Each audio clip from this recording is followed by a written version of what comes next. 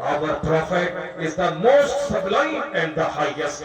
Our prophet is the most elegant and the greatest. Our prophet is the beloved messenger of his creator. Our prophet is the bridegroom of this world and the hereafter. Our prophet had such a beautiful complexion. The beauty itself takes an oath by his attraction. Our prophet is the true distributor of God's favors. He alone can give because he has these powers. Our prophet will help the helpless through his compassion. O Raza, give this good news to those who are grief-ridden.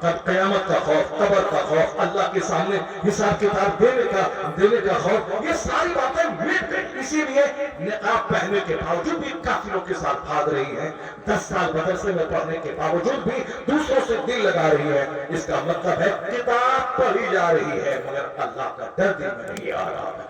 آج ضرورت ہے کہ کتاب کے ساتھ تربیت کی جائے، اس کو اللہ کا ڈر دل میں ڈالا جائے، وہ سمجھ میں کہ میں مسلمان ہوں، اس کو نبی کو میں کیا چہرہ دکھلاؤں گا، میں نبی کو کیا چہرہ دکھلاؤں گی، یہ دل میں ڈالنا ہوگا۔